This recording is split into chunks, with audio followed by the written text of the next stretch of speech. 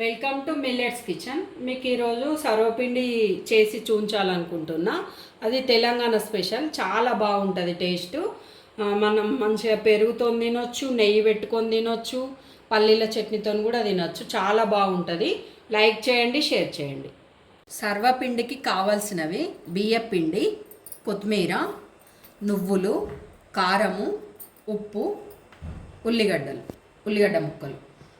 ఇప్పుడు పిండిలో కారం వేసుకోవాలి మనం.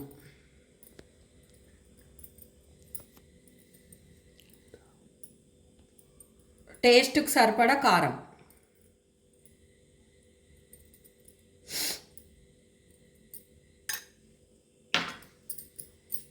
సాల్ట్,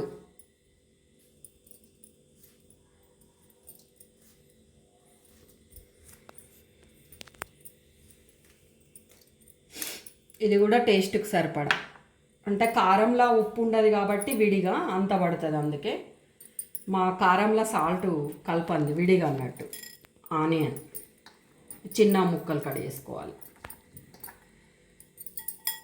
కొంచెం ఆనియన్ ఎక్కువనే పడుతుంది, బాగుంటుంది టేస్ట్. నువ్వులు, తెల్ల నువ్వులు కూడా మంచిగా వేసుకోండి, బాగుంటుంది. కొత్తిమీర,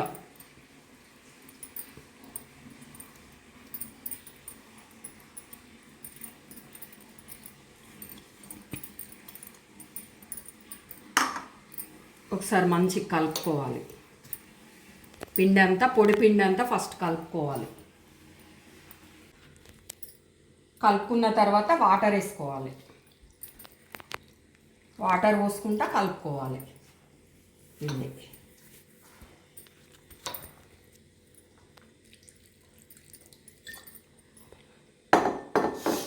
ఇది మంచిగా గట్టిగా కలుపుకోవాలి వాటర్ వేసుకుంటా.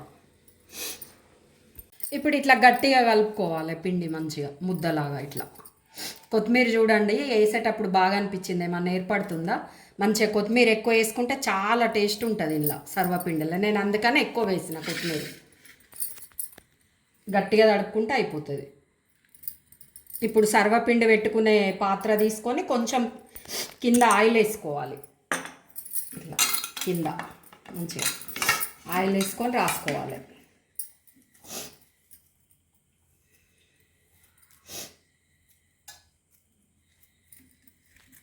ఇప్పుడు ఇట్లా ఒత్తుకోవాలి.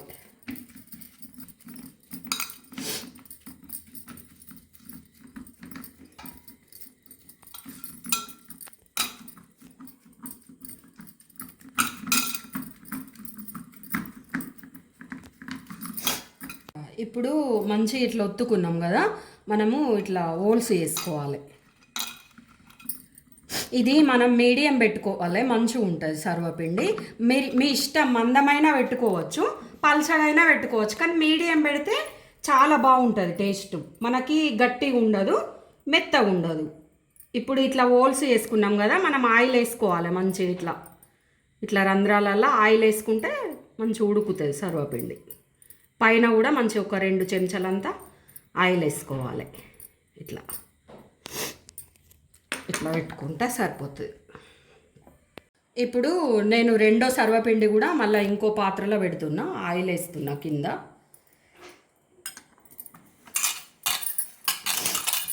ఇప్పుడు మనం సర్వపిండిలా ధనియాలు దంచేసుకోవచ్చు, పల్లీలు వేసుకోవచ్చు, శనగపప్పు నానబెట్టేసుకోవచ్చు. కాకపోతే నేను ఇట్లా చూపెడుతున్నా, నేను మళ్ళొకసారి మీకు అట్లా చూపెడతా. సోరకాయ సర్వపిండి కూడా నేను చేసి చూపెడతా మీకు. మా ఛానల్ సబ్స్క్రైబ్ చేయండి, కొత్తగా 2-3 మంత్స్ అవుతుంది పెట్టి. లైక్ చేయండి, షేర్ చేయండి.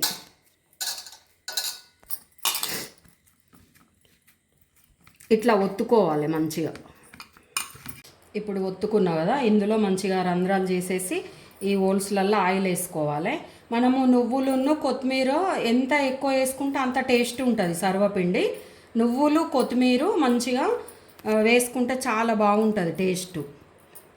ఉల్లిగడ్డ కూడా మంచిగా ఎక్కువ వేసుకోండి, వేసుకుంటే మనకు టేస్ట్ వస్తుంది.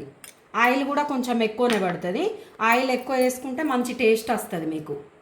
ఇప్పుడు నేను చిన్నగా గ్యాస్ మీడియం పెట్టేసి సర్వపిండి ఇట్లా పెట్టిన ఒక 5 మినిట్స్ తర్వాత మనం ఇట్లా తిప్పుకోవాలి ఆయిల్ అంతా మంచిగా. చూడండి ఇట్లా మంచిగా తిప్పేసి చుట్టూ తిప్పుకుంటూ ఉండాలి.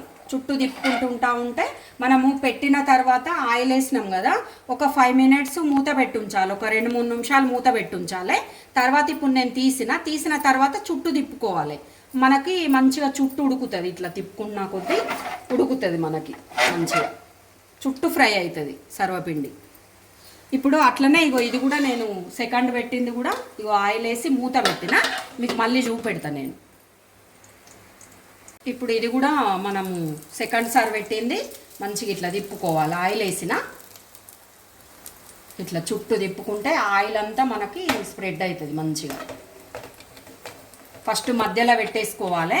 మధ్యలో మంచిగా ఉడికిన తర్వాత బ్రౌన్గా అయినాక చుట్టూ మనము ఇట్లా అనుకుంటూ ఉండాలి. ఇట్లా ఇట్లా ఇప్పుడు చూడండి మీకు చూపెడతా.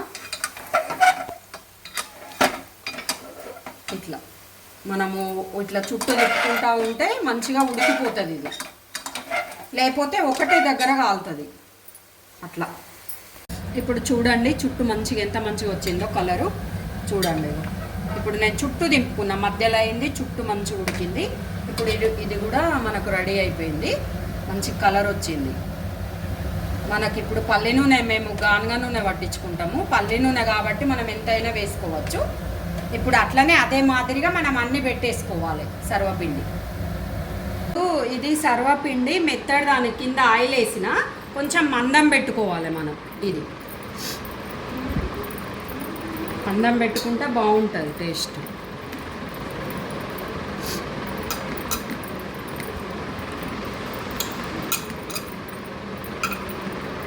ఇప్పుడు ఇట్లనే మంచిగా మందం పెట్టుకున్నా మనము ఒక్కొక్క సింగిల్ దానికి సర్వపిండి ఎంత పెడతామో అట్లా డబల్ తీసుకుంటే మనకు మందం వస్తుంది మంచిగా. పిండి కొంచెం ఎక్కువ పెట్టుకుంటే ఇది మెత్తడిది కాబట్టి బాగుంటుంది టేస్ట్. ఇప్పుడు ఇందులో ఆయిల్ వేస్తానా.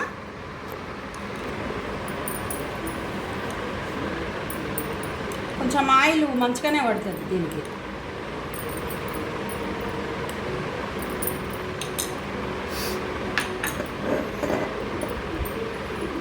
కొన్ని వాటర్ వేసుకోవాలి.